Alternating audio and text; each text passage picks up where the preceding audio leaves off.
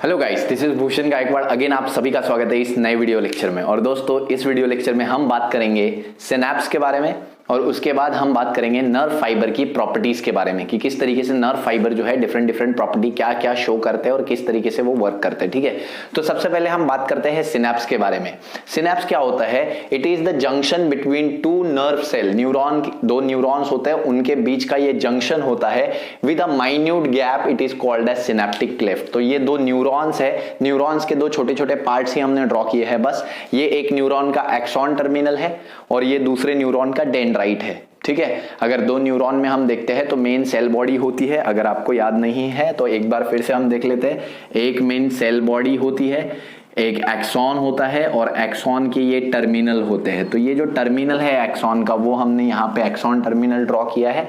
और दूसरे न्यूरॉन का डेंड्राइट्स, ये जो डेंड्राइट्स इसके ब्रांचेस होते हैं, तो ये डेंड्राइट्स हमने ड्रॉ किया है। तो जब एक एक्सॉन टर्मिनल एक डेंड्राइट के साथ कॉम्बिनेशन जंक्शन फॉर्म करता है, उसको हम बोलते हैं सिनैप्स। ठीक है, अब सिनैप्स हम देखते हैं यहाँ पे एक्सॉन टर्मिनल, एक एक्सॉन टर्मिनल है, एक डेंड्रॉन है और दोनों के बीच में यहाँ पे दो न्यूरॉन्स के बीच में एक जंक्शन फॉर्म हो रहा है विद अ स्मॉल गैप, जिसमें एक स्मॉल छोटी सी गैप है जिसको सिनैप्टिक क्लेफ्ट बोला गया है। ठीक है, तो it is a junction between two nerve cell. दो न्यूरॉन्स के बीच में एक जंक्शन है जिसमें एक छोटी सी गैप है, दैट इज सिनैप्टिक क्लेफ्ट। और इनके बीच में हम देखते हैं नर्व इंपल्स जो है वो ट्रांसमिट हो रहा है। तो कैसे ट्रांसमिट हो रहा है? The nerve impulse transmission between two neuron, दो न्यूरॉन्स के बीच में जो इंपल्स का ट्रांसमिशन हो रहा है, it is taking place with the help of neurotransmitter. तो ये न्यूरोट्रांसमीटर के मदद से हो रहा है। तो ये जो रेड कलर का स्ट्रक्चर हमको दिख रहा है, this red colour structure is nothing but neurotransmitter. Neurotransmitter.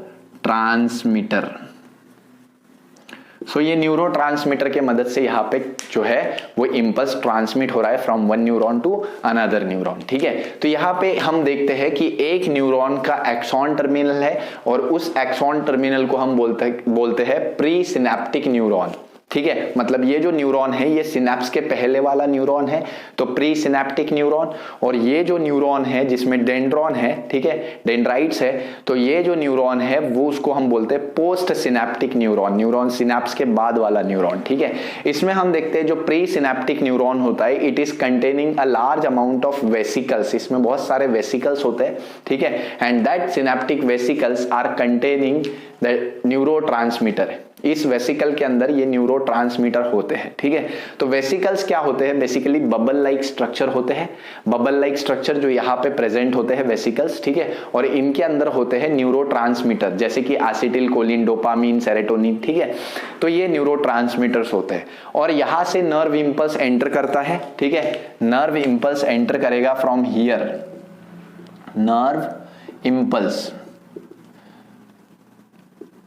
Nerve impulse यहां से एंटर करेगा और नर्व इंपल्स हमें पता है, जो हम देखेंगे आगे भी डिटेल में, कैसे नर्व इंपल्स जनरेट होता है और कैसे वो कैरी होता है थ्रू आउट द न्यूरॉन। ठीक है, तो यहाँ पे डीपोलराइजेशन की वजह से, डीपोलराइजेशन यानी सोडियम आयन इन्फ्लक्स होते हैं, पोटेशियम आयन बाहर जाते हैं, इसके वजह से बार बार यहाँ पे नर्व इंपल्स जनरेट होता है। ये नर्व इंपल्स यहाँ तक एंट्री लेता है। जैसे ही नर्व इंपल्स यहाँ एंट्री लेता है, ये जो कैल्शियम चैनल्स होते हैं ये एक्टिवेट हो जाते हैं और ये कैल्शियम आयंस को एंट्री देते हैं अंदर। कैल्शियम आयंस के अंदर एंट्री होते ही ये जो सिनैप्टिक वेसिकल्स है, इनमें हम देखते हैं फ्यूजन होता है। बहुत सारे सिनैप्टिक वेसिकल एक साथ मिलते हैं और ये मेम्ब्रेन पे जाके बाउंड हो जाते हैं। मेम्ब्रेन पे जाके अपने आप को वो रप्चर कर देते हैं, यानी वो अपने बाहर रिलीज कर देते हैं न्यूरोट्रांसमीटर को। नाउ न्यूरोट्रांसमीटर यहाँ से रिलीज हो जाते हैं और ये न्यूरोट्रांसमीटर जाके रिसेप्टर पे बाइंड हो जाते हैं और ये रिसेप्टर प्रेजेंट होते हैं पोस्ट सिनैप्टिक न्यूरॉन के डेंड्रॉन पे। ठीक है, तो न्यूरॉन के डेंड्रॉन पे ये जो भी रिसेप्टर है, इसमें सब आके ये बाइंड हो जाते हैं न्यूरोट्रांसमीटर और यहाँ पे भी एक्शन पोटेंशियल जनरेट होता है।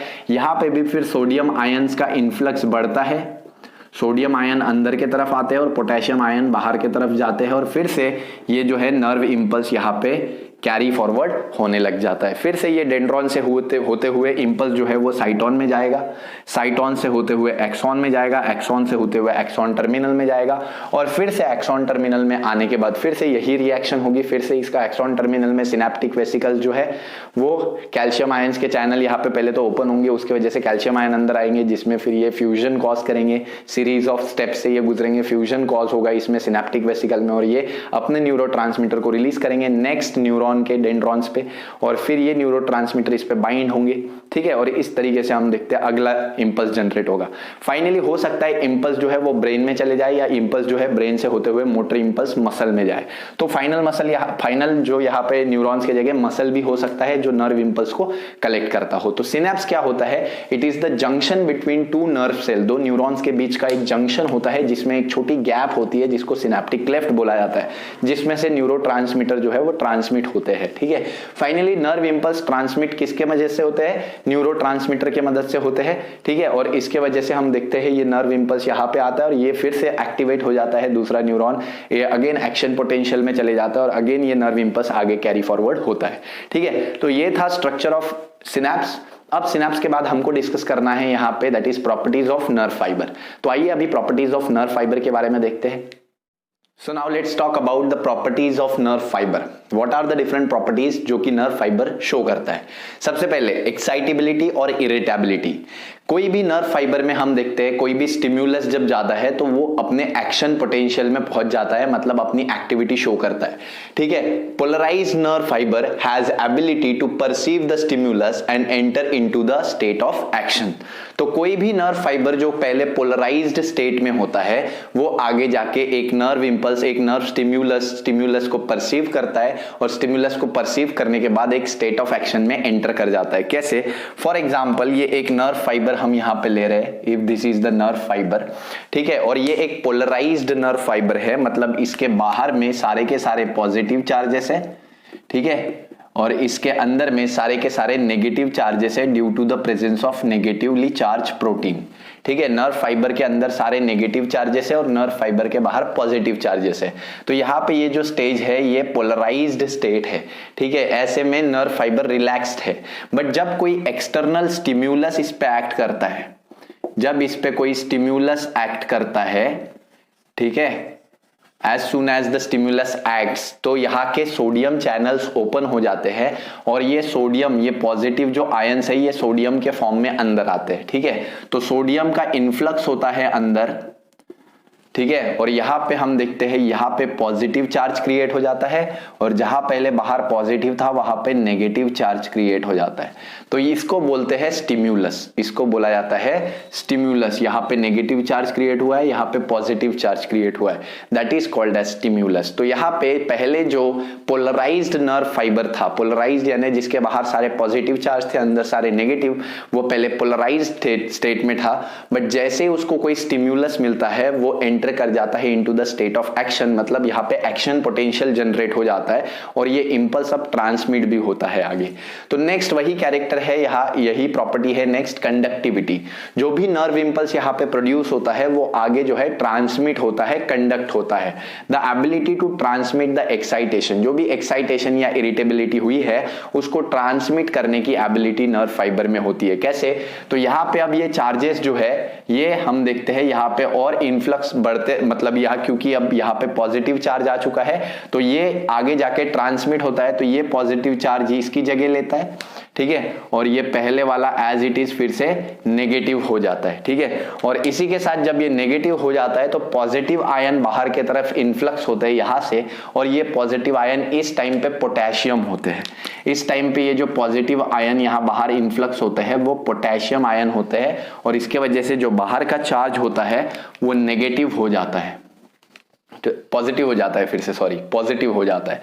तो यहाँ पे हमने देखा कि ये इसने अपना जो ये नर्व इंपल्स था ये इधर ट्रांसमिट कर दिया, अब ये पॉजिटिव हो गया तो बाहर से सोडियम आयन इधर आएंगे और ये नेगेटिव हो जाएगा, ठीक है, और ये नर्व इंपल्स ऐसे आगे ट्रांसमिट होते रहेगा। यहां से अब ये यहां जाएगा तो यहां फिर से नेगेटिव हो जाएगा, इधर पॉजिटिव हो जाएगा, ठीक है।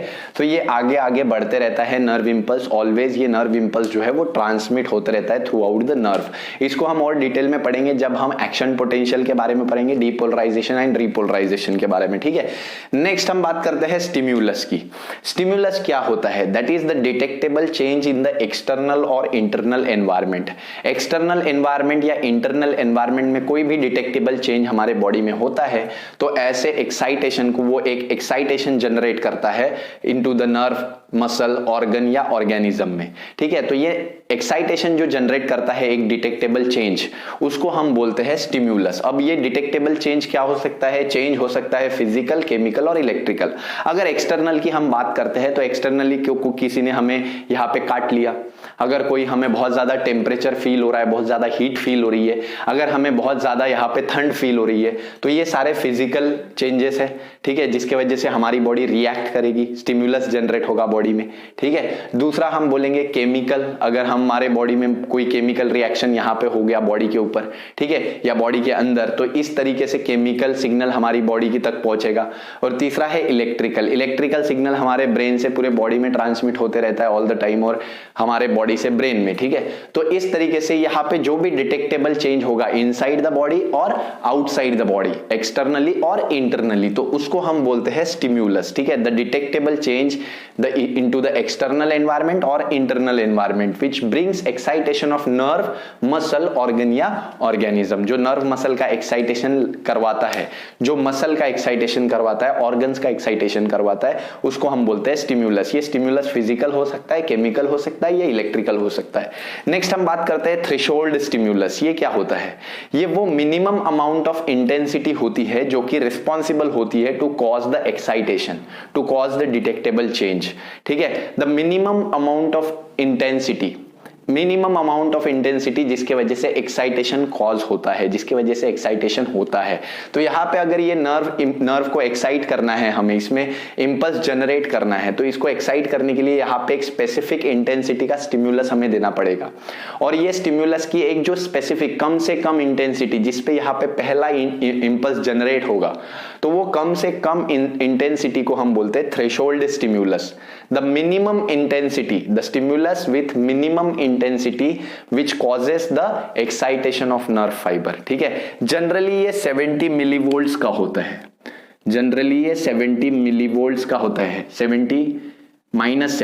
जनरली ये -70 मिलीवोल्ट्स का होता है। ठीक है, तो -70 मिलीवोल्ट्स का ये जो इंटेंसिटी होता है, इंपल्स होता है, स्टिम्युलस होता है, इससे से हम देखते हैं मिनिमम इतना तो चाहिए ही, मिनिमम इतना तो चाहिए ही। इससे कम अगर इंपल्स होगा तो कोई भी वहां पे एक्टिविटी, कोई भी एक्साइटेशन नहीं होगा। तो इतना मिनिमम इंटेंसिटी का स्टिम्युलस चाहिए जिससे एक्साइटेशन हो पाए, that is called as threshold stimulus. इसके बाद आते हैं सबलिमिनल और वीक स्टिम्युलस। सबलिमिनल यानी वीक स्टिम्युलस क्या होता है, यानी उसकी इंटेंसिटी इससे भी काफी कम होती है, और क्योंकि इससे काफी कम अगर इंटेंसिटी होती है तो वहां पे कोई भी नर्व एक्साइटेशन नहीं होगा, it has no effect, no excitation. Next हम बोलते हैं सुप्रालिमिनल और स्ट्रॉन्ग स्टिम्युलस, जिसमें हम बोलते हैं कि बहुत ज्यादा इंटेंसिटी होती है, -70 मिलीवोल्ट से बहुत ज्यादा इंटेंसिटी होती है। अब ऐसे में कितनी भी ज्यादा इंटेंसिटी आप इससे दे दो, इससे कितनी भी ज्यादा इंटेंसिटी दे दो स्टिम्युलस जनरेट करने के लिए, लेकिन स्टिम्युलस वैसा ही जनरेट होगा जैसा थ्रेशोल्ड स्टिम्युलस में जनरेट होता है। ऐसा नहीं कि -70 मिलीवोल्ट पे अगर ज्यादा यहाँ पे स्टिम्युलस जनरेट हो रहा है, जो भी स्टिम्युलस जनरेट होता है, तो इससे ज्यादा अगर आप इंटेंसिटी प्रोवाइड करोगे तो ज्यादा स्टिम्युलस जनरेट होगा, ज्यादा एक्साइटेशन होगा, ऐसा नहीं है।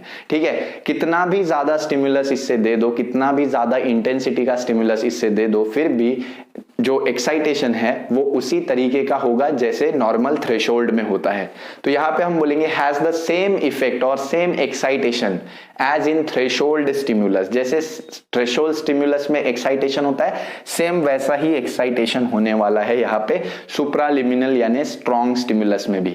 तो स्ट्रॉन्ग स्टिम्युलस भी दोगे तो इंपल्स वैसे ही होगा जैसे थ्रेशोल्ड में होगा, जो मिनिमम वैल्यू चाहिए यहाँ पे इंपल्स को स्टिमुलेट करने के लिए या एक्साइटेशन को स्टिमुलेट करने के लिए, तो वैसा ही एक्साइटेशन स्टिमुलेट होगा जैसा मिनिमम थ्रेशोल्ड स्टिमुलस से होता है।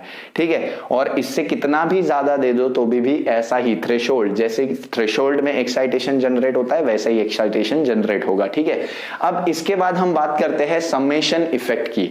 अब एक सबलिमिनल स्टिमुलस वीक स्टिमुलस, एक वीक स्टिमुलस हमें पता है कोई एक्साइटेशन कॉज नहीं करता, लेकिन अगर बहुत सारे स्टिमुलाई, बहुत सारे सबलिमिनल स्टिमुलाई एक साथ आते हैं, ठीक है, और क्विक सक्सेशन में दिए जाते हैं, तो ऐसे में ये एक एक्साइटेशन प्रोड्यूस करता है by summation effect. Summation effect क्या होता है, सारे सबलिमिनल स्टिमुलाई, छोटे छोटे सारे वीक स्टिमुलाई एक साथ आके एक क्विक सक्सेशन जो दिया जाता है उसमें प्रोड्यूस करते हैं एक एक्साइटेशन। तो इसमें समेशन इफेक्ट वर्क करता है, मतलब बहुत सारे वीक स्टिमुलाई आके एक साथ एक स्ट्रॉन्ग स्टिमुलाई की तरह एक्ट करते हैं और एक एक्साइटेशन प्रोड्यूस कर सकते हैं by addition of many weak stimuli. तो एडिशन इफेक्ट हो रहा है, मतलब समेशन इफेक्ट। नेक्स्ट हम बात करते हैं ऑल और नन इफेक्ट। तो नर्व फाइबर की एक खासियत होती है कि नर्व फाइबर में या तो स्टिमुलस जाएगा, एक्साइटेशन होगा, तो पूरा का पूरा excitation through out the nerve fibre होगा, जैसे हम देखते हैं थ्रेशोल्ड स्टिमुलस में हो रहा है।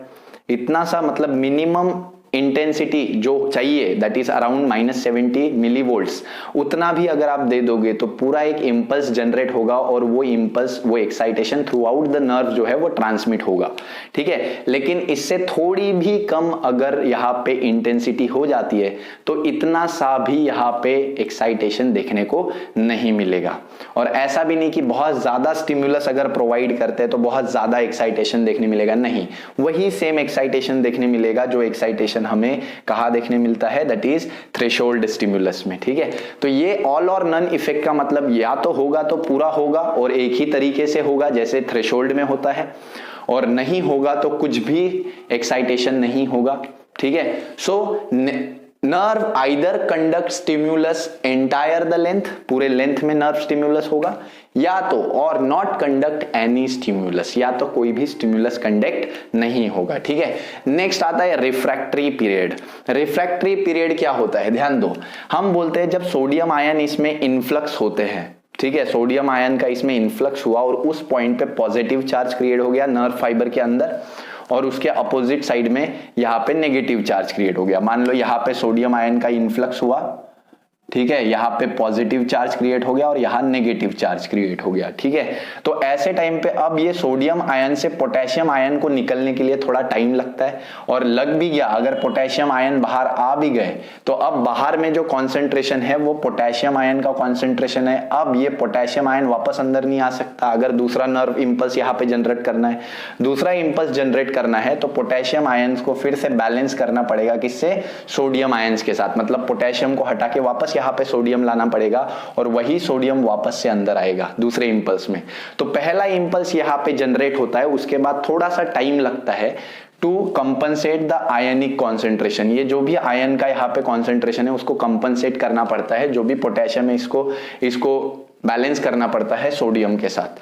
तो इसके वजह से, ताकि दूसरा इंपल्स यहाँ पे जनरेट हो सके, ठीक है, सोडियम, जो भी यहाँ पे सोडियम आयन अंदर आया है उसके रिस्पॉन्स में पोटेशियम बाहर गया है आयनिक बैलेंस को मेंटेन करने के लिए, तो दूसरा इंपल्स अगर हमें जनरेट करना है तो वापस सोडियम अंदर आना चाहिए, और सोडियम है नहीं, है पोटेशियम। तो पोटेशियम को बैलेंस किया जाता है सोडियम के साथ, पोटेशियम को रिप्लेस किया जाता है सोडियम के साथ। तो पोटेशियम को रिप्लेस करने के लिए कुछ टाइम लगता है, पोटेशियम को सोडियम के साथ रिप्लेस करने के लिए कुछ टाइम लगता है, और उसी टाइम को बोलते हैं रिफ्रैक्टरी पीरियड। दो स्टिमुलस के बीच में थोड़ा टाइम इंटरवल हमें चाहिए, थोड़ा टाइम इंटरवल की जरूरत होती है ताकि दूसरा स्टिमुलस प्रोड्यूस हो सके। So the time interval which is of few millisecond, कुछ मिली सेकेंड का होता है बिटवीन द टू स्टिमुलस, दो स्टिमुलस के बीच में ये जो टाइम पीरियड होता है छोटा सा, जिसको हम बोलते हैं रिफ्रैक्टरी पीरियड। क्यों होता है, it is during which nerve fails to respond to the next stimulus. क्यों होता है, क्योंकि नर्व जो है दूसरे स्टिमुलस को रिस्पॉन्ड करने के लिए फेल हो जाती है, क्योंकि यहाँ पे सोडियम आयन है ही नहीं, पोटेशियम आयन है। पोटेशियम है तो वापस पोटेशियम अंदर जाके यहाँ पे डीपोलराइजेशन कॉज नहीं करेगा, वापस यहाँ पे पॉजिटिव चार्ज क्रिएट नहीं करेगा। तो दूसरा पहला इंपल्स अगर जनरेट हो गया है, सोडियम आयन अगर अंदर आ गया है तो ठीक है, बाहर अगर पोटेशियम चले गया है तो पोटेशियम को पहले सोडियम ने रिप्लेस करना चाहिए। सोडियम जब यहाँ पे आएगा तभी दूसरा इंपल्स जनरेट होगा, ठीक है। तो इसीलिए वो जो टाइम होता है जिसमें सोडियम रिप्लेस करता है पोटेशियम को बाहर में, ताकि फिर से सोडियम अंदर आ पाए, तो उस टाइम पीरियड को रिफ्रैक्टरी पीरियड बोला जाता है। क्या होता है, the time interval of of few millisecond, कुछ मिली सेकेंड का ये टाइम इंटरवल होता है जिसमें हम देखते हैं दो स्टिमुलस के बीच में ये टाइम इंटरवल होता है, ठीक है, during which nerve fibre is fails to respond to the next stimulus, दूसरे स्टिमुलस को रिस्पॉन्ड नहीं कर पाता, ठीक है। तो कब कर पाएगा दूसरे स्टिमुलस को रिस्पॉन्ड? जब ये सोडियम आयन पोटेशियम आयन को रिप्लेस कर देगा, पोटेशियम आयन निकल जाएगा यहां से, सोडियम आ जाएगा वापस, और फिर सोडियम फिर से अंदर जाएगा, फिर से अंदर सोडियम जाएगा, फिर से यहाँ पे पॉजिटिव चार्ज क्रिएट करेगा और फिर से पोटेशियम बाहर आएगा, तो दूसरा स्टिमुलस। अब दूसरा स्टिमुलस के बाद तीसरा स्टिमुलस अगर जनरेट करना है तो फिर से यहाँ पे पोटेशियम है तो तीसरा स्टिमुलस जनरेट हो पाएगा क्या? नहीं, ड्यू टू रिफ्रैक्टरी पीरियड। तो पहले इसको फिर से रिप्लेस करना पड़ेगा सोडियम के साथ, सोडियम इसको फिर से रिप्लेस करेगा, पोटेशियम चले जाएगा, सोडियम आ जाएगा, सोडियम आ जाएगा तो सोडियम फिर से अंदर जाएगा, तीसरा स्टिमुलस। तो हर दो स्टिमुलस के बीच में जो छोटा सा गैप होता है फ्यू मिली सेकेंड का, उसको बोलते हैं रिफ्रैक्टरी पीरियड, जिसमें हम पोटेशियम आयंस को रिप्लेस करते हैं सोडियम आयंस से, ठीक है, एक्स्ट्रा सेल्यूलर फ्लूइड में, यहाँ पे नर्व फाइबर के बाहर। नेक्स्ट हम बात करते हैं सिनेप्टिक डिले। सिनेप्टिक डिले क्या होता है? The time required for transfer of neurotransmitter from axon terminal to the dendron on the post synaptic neuron. हमने इससे पहले न्यूरॉन का जो स्ट्रक्चर, सिनेप्स का जो स्ट्रक्चर पढ़ा, सिनेप्स के स्ट्रक्चर में हमने देखा कि किस तरीके से एक सिनेप्स से दूसरे सिनेप्स पे सिग्नल जाता है with the help of neurotransmitter. और न्यूरोट्रांसमीटर में हम देखते हैं कि ये जो टाइम लगता है न्यूरोट्रांसमीटर को एक न्यूरॉन से यानी प्री सिनेप्टिक न्यूरॉन से पोस्ट सिनेप्टिक न्यूरॉन तक जाने के लिए जो न्यूरोट्रांसमीटर को टाइम लगता है, उसी टाइम को बोलते हैं सिनेप्टिक डिले, ठीक है। So the time required for transfer of neurotransmitter from axon terminal to dendron of the post synaptic neuron. तो एक्सॉन टर्मिनल से डेंड्रॉन के यानी पोस्ट सिनेप्टिक न्यूरॉन तक पहुंचने के लिए जो टाइम लगता है न्यूरोट्रांसमीटर को, it is called as synaptic delay. Next हम बात करते हैं सिनेप्टिक फटीग। सिनेप्टिक फटीग क्या होता है? ठीक है, जब ये न्यूरोट्रांसमीटर खत्म हो जाता है, मतलब थोड़े टाइम के लिए ये न्यूरोट्रांसमीटर अभी है ही नहीं अवेलेबल, तो ऐसे में सिनेप्टिक हॉल्ट होता है। सिनेप्टिक हॉल्ट यानी कोई ट्रांसमिशन नहीं होता नर्व इंपल्स का from one neuron to another, ठीक है। तो वो हॉल्ट हो जाता है, थोड़ी देर के लिए पॉज हो जाता है, ठीक है, स्टिमुलस का ट्रांसमिशन, उसी को बोलते हैं synaptic fatigue. Temporary halt, temporary halt का मतलब थोड़ी देर के लिए पॉज हो गया है। Temporary halt in the transmission of the nerve impulse between the synapse due to exhaustion of neurotransmitter. Exhaustion का मतलब न्यूरोट्रांसमीटर की कमी के कारण यहां पे टेम्पररीली एक हाल्ट आ गया, एक पॉज आ गया है, जिसके वजह से जो नर्व इंपल्स है वो एक न्यूरॉन से दूसरे न्यूरॉन में ट्रांसफर नहीं हो पा रहा है। नेक्स्ट हम बात करते हैं वेलोसिटी की।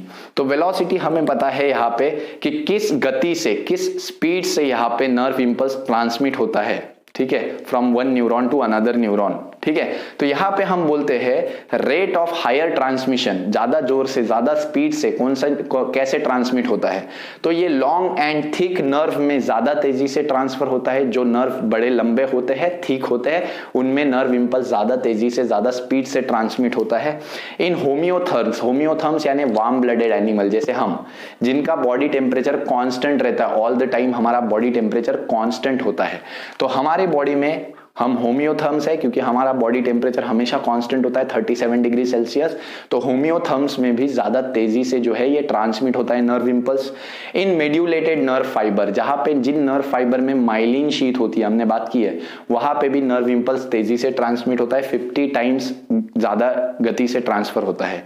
इसके अलावा इन वॉलेंट्री फाइबर, वॉलेंट्री फाइबर यानी जो नर्व मसल जो है वॉलेंट्री मसल्स के पास आ रहे, जो मसल्स को हमें इच्छा से, हमारी इच्छा से हम मूव कर पाते हैं, तो वॉलेंट्री फाइबर्स के थ्रू भी यहाँ पे बहुत तेजी से नर्व इंपल्स ट्रांसमिट होता है। तो नर्व इंपल्स ट्रांसमिट तेजी से, हायर रेट ऑफ ट्रांसमिशन किस किस में होता है? लॉन्गर एंड थिक नर्व में होता है, ठीक है, होमियोथर्म्स में होता है, मेड्यूलेटेड नर्व फाइबर में होता है और वॉलेंट्री फाइबर्स में होता है। वहीं पे लोअर रेट ऑफ ट्रांसमिशन किस में होता है? लोअर ट्रांसमिशन रेट कहाँ पे देखने को मिलता है?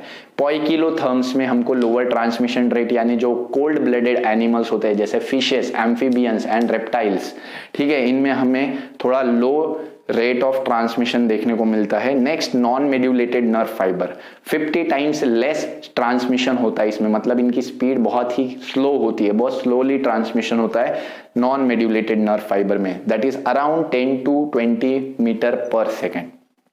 10 to 20 मीटर पर सेकेंड होता है in case of in case of यहाँ पे poikilotherm, in case of the non medullated fibre. वहीं पे इन केस ऑफ हम बात करते हैं that is higher rate of transmission जो होता है 100 मीटर पर सेकेंड के स्पीड से ट्रांसमिशन होता है। तो ट्रांसमिशन बहुत ज्यादा फास्ट होता है in case of that is the animals like homeotherms, medullated nerve fibre and thick and long nerve fibre, और इनमें बहुत स्लो होता है poikilotherms and non medullated nerve fibre में। सो यहाँ पे हमारा ये वीडियो लेक्चर जो है वो खत्म हो जाता है। ये हमने प्रॉपर्टीज देखी एक्साइटेबिलिटी कि किस तरीके से नर्व इंपल्स जो है वो एक्साइट होता है, मतलब एक न्यूरॉन एक नर्व एक्साइट होता है by influx of sodium ion, ठीक है। इसके बाद हमने बात की कंडक्टिविटी की, किस तरीके से नर्व इंपल्स ट्रांसमिट होता है। स्टिमुलस की हमने बात की कि एक डिटेक्टेबल चेंज होता है जो कि फिजिकल, केमिकल, इलेक्ट्रिकल कुछ भी हो सकता है, जिसके वजह से ये नर्व एक्साइटेशन कैरी फॉरवर्ड होता है। थ्रेशोल्ड स्टिमुलस वो मिनिमम अमाउंट ऑफ इंटेंसिटी जिसके वजह से एक्साइटेशन कैरी फॉरवर्ड होता है। इसके अलावा सबलिमिनल बहुत वीक स्टिमुलस जिससे कोई भी इफेक्ट, कोई भी एक्साइटेशन नहीं होता। सुप्रालिमिनल जो कि बहुत ज्यादा स्ट्रॉन्ग इंपल्स होता है लेकिन उससे भी कोई बहुत ज्यादा स्ट्रॉन्ग एक्साइटेशन नहीं होता, उतना ही एक्साइटेशन होता है जितना थ्रेशोल्ड से होता है, ठीक है। सब समेशन इफेक्ट में हमने देखा बहुत सारे वीक स्टिमुलस यानी सबलिमिनल स्टिमुलस एक साथ आके एक एक्साइटेशन कॉज कर सकते हैं बाय समेशन इफेक्ट। ऑल और नन इफेक्ट, या तो न्यूरॉन पूरा का पूरा एक्साइटेशन होगा अगर उसकी मिनिमम थ्रेशोल्ड वैल्यू जो है वो फुलफिल हो जाती है, मिनिमम थ्रेशोल्ड इंटेंसिटी अगर फुलफिल हो जाती है तो पूरा न्यूरॉन होगा, ठीक है, पूरा न्यूरॉन एक्साइट होगा। अगर नहीं होती है फुलफिल थ्रेशोल्ड वैल्यू, उससे कम होती है तो नहीं होगा, कुछ भी नहीं होगा, ठीक है। रिफ्रैक्टरी पीरियड वो छोटा सा टाइम पीरियड होता है जहां जो फ्यू मिली सेकेंड का होता है दो न्यूरॉन्स के, यानी दो न्यूरॉन्स में जो नर्व इंपल्स ट्रांसमिट होता है दो स्टिम्युलस में, तो दो स्टिम्युलस के बीच में जो छोटा सा टाइम पीरियड होता है उसको बोलते हैं रिफ्रैक्टरी पीरियड, जिसमें पोटेशियम आयन को रिप्लेस करते हैं सोडियम आयन। सिनेप्टिक डिले हम देखते हैं न्यूरोट्रांसमीटर के ट्रांसमिट होने के लिए जो टाइम लगता है उसको सिनेप्टिक डिले बोला जाता है। सिनेप्टिक फटीग क्या होता है, छोटा सा टेम्पररी हाल्ट आ जाता है, थोड़ा सा पॉज हो जाता है एक टाइम पे स्टिम्युलस, क्योंकि जो न्यूरोट्रांसमीटर है वो एग्जॉस्ट हो चुके होते हैं, खत्म हो चुके होते हैं, ठीक है। इसके अलावा वेलोसिटी हायर रेट में हम देखते हैं long and thick nerve fibre higher rate में ट्रांसमिट करते हैं इंपल्स को। होमियोथर्म्स में इंपल्स हाई रेट से ट्रांसमिट होता है, medullated nerve fibre and voluntary fibre में हाई रेट से ट्रांसमिट होता है। वहीं पे हम देखते हैं कि लो रेट ऑफ ट्रांसमिशन किसमें होता है, पोइकिलोथर्म्स में, नॉन मेड्यूलेटेड फाइबर्स में, ठीक है। तो यहाँ पे हमारा वीडियो लेक्चर जो है पूरी तरीके से खत्म हो जाता है। आई होप वीडियो लेक्चर जो है आपको पसंद आया होगा। अगर पसंद आया तो वीडियो को लाइक कर दीजिए, दोस्तों के साथ शेयर कर दीजिए, चैनल पे नए होंगे तो चैनल को सब्सक्राइब कर दीजिए। ऐसे ही इंटरेस्टिंग वीडियोस के लिए बने रहिए हमारे चैनल के साथ, ठीक है। Thank you very much.